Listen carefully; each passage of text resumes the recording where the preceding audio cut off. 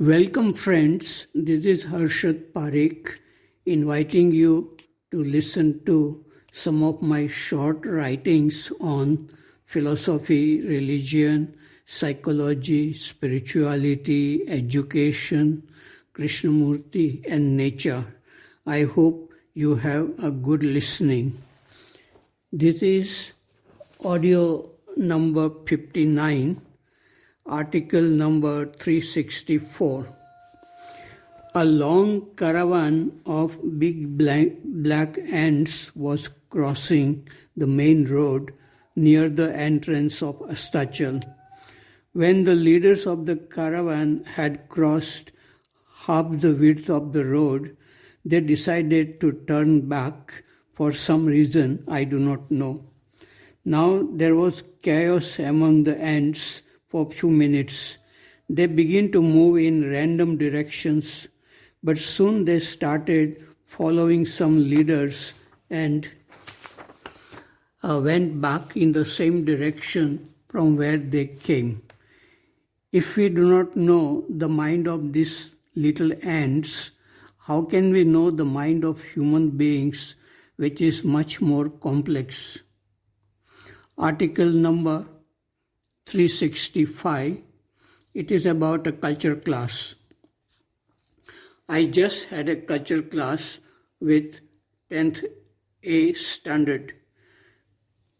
I meet these students only once in a year, and that too only for 40 minutes.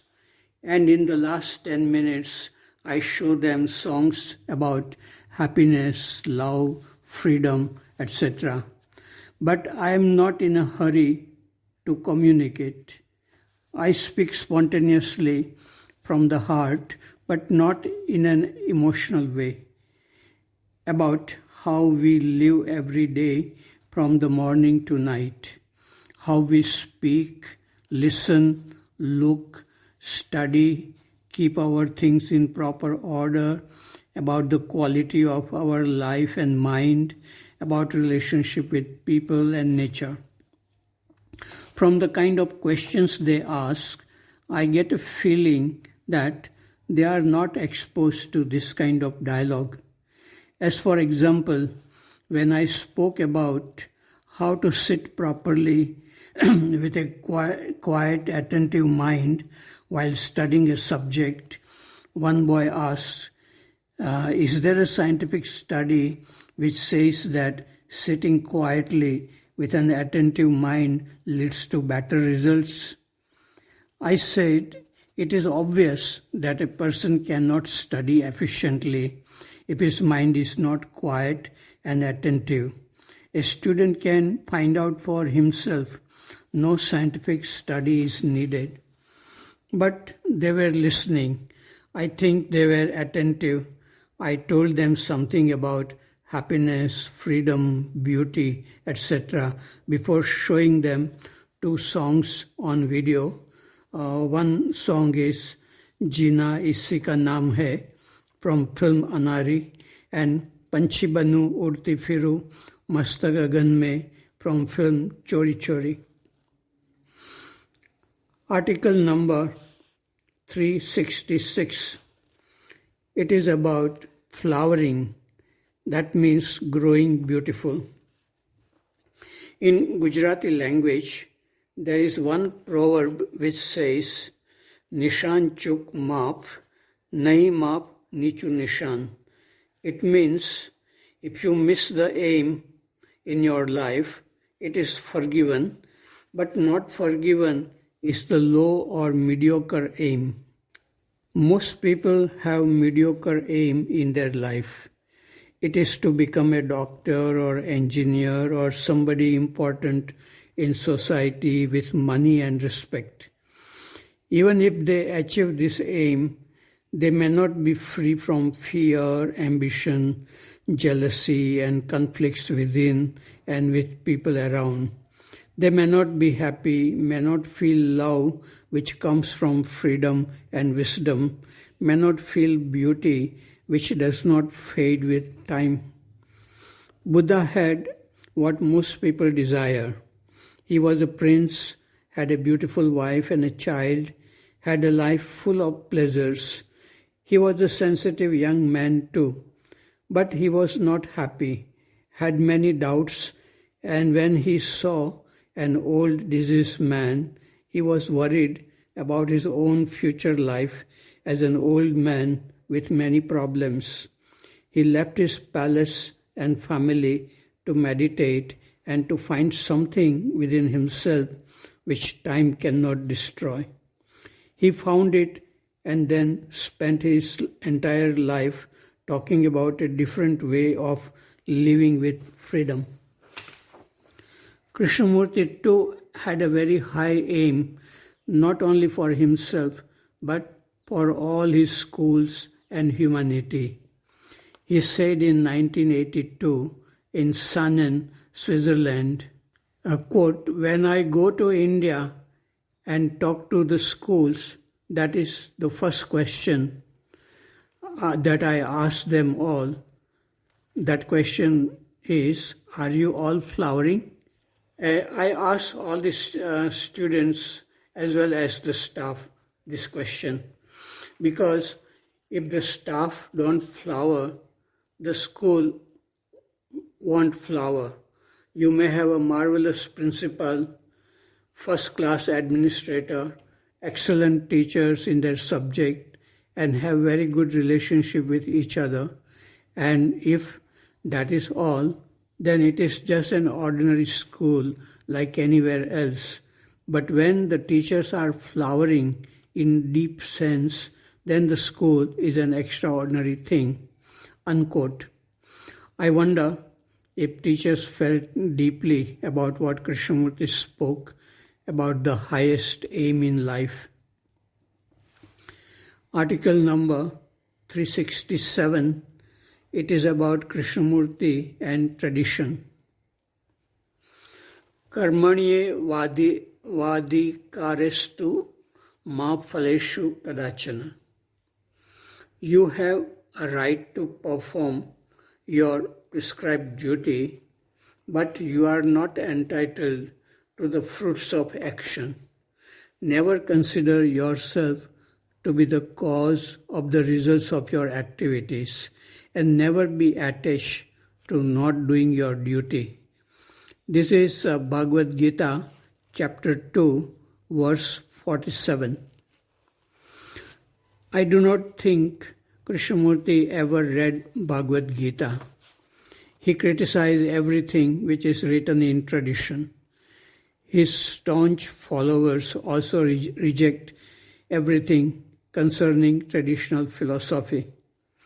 But if Krishnamurti had read this above sloka from the Bhagavad Gita, he would not have worried about the future of his schools and foundations, and would not have said that nobody understood his teachings. He had some anxiety before his death. Krishnamurti did what he was supposed to do, to demolish psychological images people have built around the great man or saints of the past. In the same way, must not we also demolish the image we have built about Krishnamurti? Beautiful teachings are available from tradition if the mind is free to read and understand what is hidden under the words. Krishnamurti's teachings help me most, but that does not mean we repeat his words and explain his teachings in our own words. We have to see for ourselves what is true and what is false. Ultimately, the quality of life we live matters most than teachings of Krishnamurti or some other teachings from the tradition.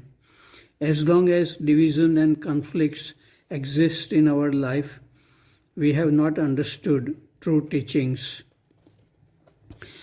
Article number 368. This article is about spontaneity.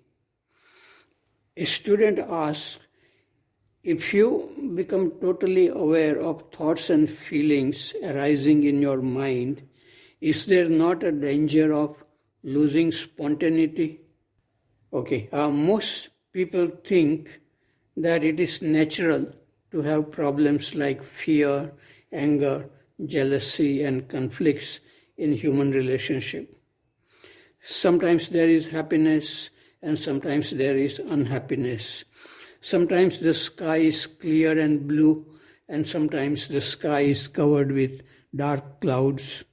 There is nothing permanent and unchanging in the human mind and in the universe.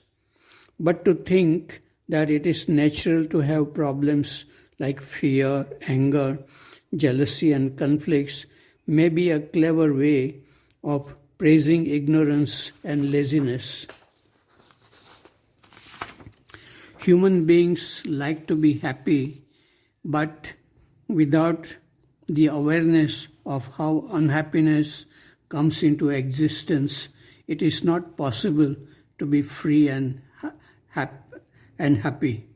Millions of people get addicted to smoking, drinking, and drugs because of unawareness. Fear, anger, jealousy, and conflicts also damage the body and brain. Many human beings have been able to live happy, healthy, and creative life through awareness. It may be difficult to be aware in the beginning, but it is not impossible. It is easy to fall and destroy than to rise and create something beautiful.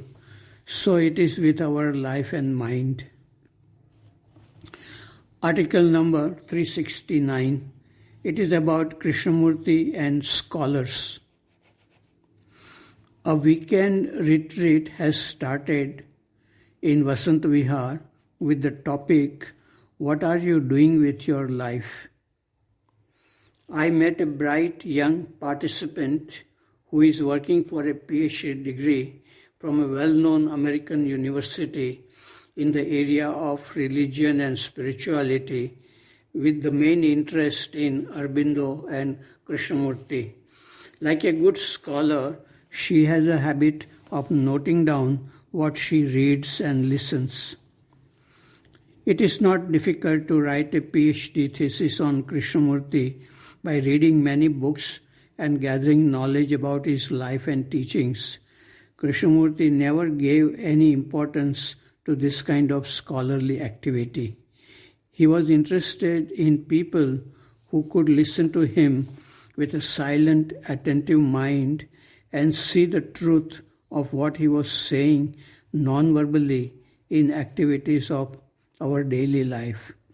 In this process of seeing clearly the activities of our own mind, there is the possibility of freedom from habitual thinking, which creates many problems in human relationship. Some years ago, I had met a young lady who was also interested in writing a PhD thesis on Krishnamurti and education. From the kind of questions she asked, it seemed to me that she was interested more in getting a PhD than understanding herself and being free from problems like fear, anger, jealousy, conflicts, etc. There are many scholars and professors in the field of religion, spirituality in many universities. Money and fame interest them more than freedom. They cannot affect humanity at deeper level like good spiritual teachers who are truly free from becoming rich and famous, who live with goodness and love.